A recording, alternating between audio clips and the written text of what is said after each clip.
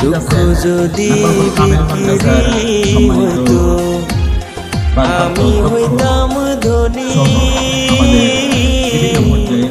আমার কাছে আছে সই গো দুঃখ নামের খনি, সই গো দুঃখ নামের খনি।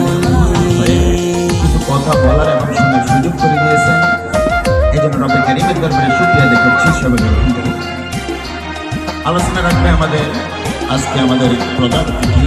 আমি শুধুমাত্র দু চারটি কথা বলতে চাচ্ছি।